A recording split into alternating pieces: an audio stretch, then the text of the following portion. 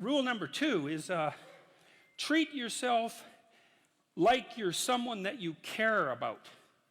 And that's a deeper chapter, I would say. Like, chapter 1 is kind of comical, but it's also got this serious scientific end, for example, and it's practical, like most of the rules are. Chapter 2 is a bit of a meditation on why. See, I read this piece of work by Jung a long while back, and it was a meditation on the injunction to treat your neighbor as you would like to be treated. Something like that. And what Jung pointed out, which I really liked, was that wasn't an injunction to be nice to other people. It was an invitation to reciprocity. It was something like this. It's like, you should figure out how you would like to be treated, like you were taking care of yourself, not how you would like people to respond to you. It's more important than that. It's like, imagine you had a child that you really cared for, and someone said, well, people will treat this child exactly like you want them to, but you have to figure out what that is. And so then you'd have to sit down for like a month and you'd think, okay, well, how do you want your child to be treated? You don't want everyone just to be nice to him, you know. You want people to challenge him, and you want people to discipline him, and you want people to tell him when he's wrong. It's like, you don't just want everyone to be nice. That's pathetic. It's pathetic. There's no challenge in that.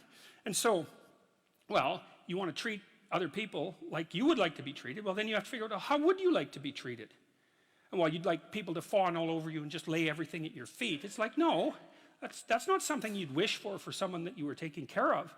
And then there's an additional problem, which is, it's often the case that people will treat other people better than they treat themselves.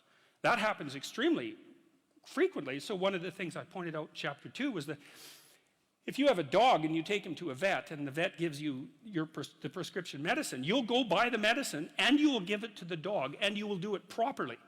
But if you go yourself to a doctor and you get a prescription, there's a 30% chance you won't even pick up the medication. And if you do, there's a 50% chance that you won't administer it to yourself properly.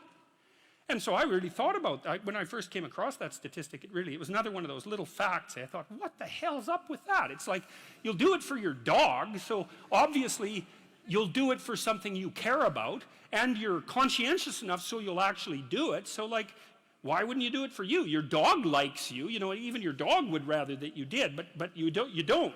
And it's actually one of the reasons that modern medicine doesn't work nearly as well as it could, because people just don't take their medication. And it's not only because they don't take care of themselves. There's some skepticism about doctors, but you could be just as skeptical about the vet. So it's a deep meditation, I would say, and it's what I've done with these rules is they're very simple rules, and they're kind of comical and tongue-in-cheek in some ways, but what I've tried to do is like pull them apart and show what's underneath them, and to go down as deep as I possibly can. And in rule 2, it's a bit of a meditation on why people don't like themselves very much. And I think there's 2 reasons really, and one is that we're fragile and damageable and imperfect in multiple dimensions all the time, and that often just gets worse. Lots of things get worse as you get old, for example. So it's not necessarily that easy for a self-conscious being who's extraordinarily aware of his or her own fragility, but not just fragility, foolishness and errors. Like, you know yourself better than anyone else knows you, and you know, you might have a certain amount of dislike for someone you know because of something they did, but you know everything you did.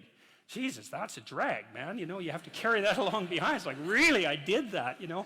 And then, so there's that. It's like you're weak and kind of useless and prone to temptation, and you know all those things, you know, that just shouldn't be that way. And then you're also capable of pretty vicious acts of malevolence, and so you also know that about yourself. And so it's a real existential question for people. It's like, why the hell should you take care of something as sorry and wretched as you are? And that's really what the chapter is about. It's because the answer in the chapter is, yeah, you know, first of all, yes, you're pretty useless and terrible, but so is everyone else, and that's actually an existential problem, right? And what I mean by that, it's a problem that every human being has always had and always will. So it's not just you, it's a universal problem. And that there's an answer to that, and one of them is to, what does it to say? Love the sinner but hate the sin. It's something like that, is that despite the fact that you're not all that you could be, the proper attitude to have towards yourself is the attitude that you would have towards someone that you genuinely cared for. And that it's incumbent on you to act as if you genuinely care for yourself. Just like you would act towards someone that you actually cared about, some other person. And so it's a reversal in some sense of the golden rule, right?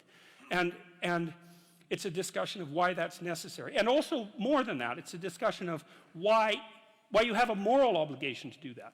It's not just that you should because it would be better for you. You actually have a moral obligation to do that, I think, because you make the world a much better place, much worse place if you don't take care of yourself. So you should bloody well take care of yourself, you know, because, well, that's what the chapter's about. It's partly because you have something valuable to bring into the world.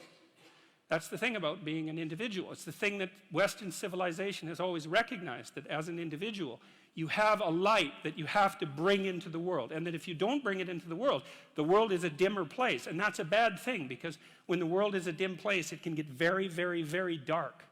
And so it's necessary, not just so that you feel better, not just so that you're a #1 lobster, none of those things.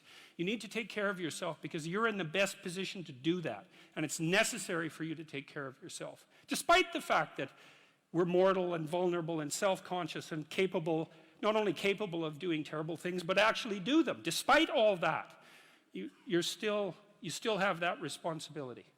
And so I wanted to, you know, hit the question as hard as I can to try to figure out, well, why people are contemptuous of themselves. And there's plenty of reason, that's for sure. But the reasons do not justify the mistreatment of yourself. It's as simple as that. It's not a good strategy.